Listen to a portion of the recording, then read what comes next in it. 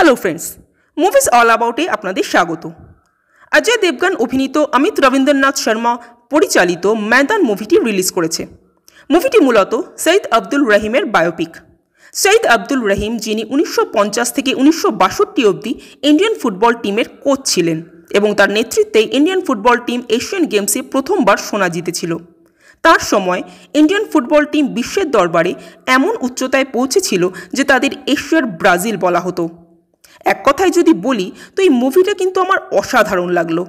অনেক দিন পর এত ভালো একটা কাজ দেখলাম।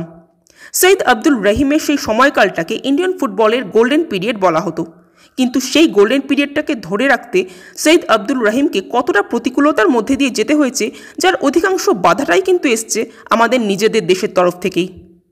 তার এই জার্নিটাকে অজয় দেবগন যেভাবে পারফর্ম করেছেন সেটা এক কথায় দুর্দান্ত।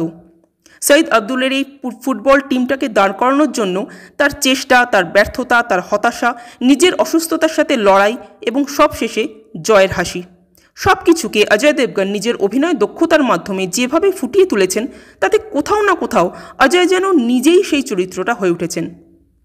একটা সিন স্পেশালি মেনশন করতেই হয়, যেখানে ফুটবল ফেডারেশনের তরফ থেকে অজয়কে কোচের পদ থেকে বরখাস্ত করা হলো।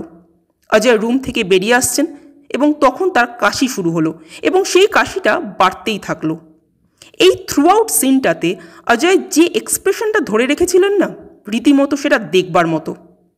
এবং শুধু এই সিনটাতেই নয়, সম্পূর্ণ মুভিটাতে অজয় যে পারফরমেন্সটা দিয়েছেন, দর্শক হিসেবে আপনি রীতিমতো ফিল করবেন সেই ক্যারেক্টারটাকে। এখানে আরও একজন বেশ ভালো অভিনয় করেছেন এবং তিনি হলেন গজরাজ রাও। বিশেষ করে লাস্ট সিনে তার পারফরমেন্স দেখবার মতো। রুদ্রনীলও ভালো কাজ করেছেন, যদিও এমনিতে উনি একটু লাউড অভিনয় করে থাকেন সবসময়, সেটা বাংলাতেও করেন, হিন্দিতেও করেছেন। তাও বলবো লাউড হলেও এখানে ওনার অভিনয় আমার খুব একটা খারাপ লাগেনি, ঠিকঠাক। ক্যামেরার কাজ এখানে দুর্ধর্ষ। বিশেষ করে ফুটবল ম্যাচের সময় যে ক্যামেরা ওয়ার্কটা করা হয়েছে, মনে হচ্ছিল যেন কোনো ম্যাচের লাইভ টেলিকাস্ট দেখছি। সিনেমাটোগ্রাফিও দুর্দান্ত। এআর রহমানের মিউজিক আপনি সবচেয়ে বেশি ফিল করতে পারবেন লাস্ট সিনে, যখন ম্যাচ জিতে যায় তখন ব্যাকগ্রাউন্ডে যে মিউজিকটা চলে, ওই সিন আর মিউজিকের কম্বিনেশনটা এত অসাধারণ হয়েছে যে এইভাবে হয়তো সেটা আপনাদের বলে বোঝানো যাবে না। যারা মুভিটা অলরেডি দেখেছেন তারাই একমাত্র বুঝতে পারবেন। পরিচালক এখানে কুর্নিশ কিন্তু জানাতেই হয় এরকম একটা অসাধারণ কম্প্যাক্ট মুভি বানানোর জন্য। আমি হাইলি রেকমেন্ড করব আপনারা সপরিবারে অবশ্যই হলে যান এবং বড় পর্দায় ছবিটা এনজয় করুন।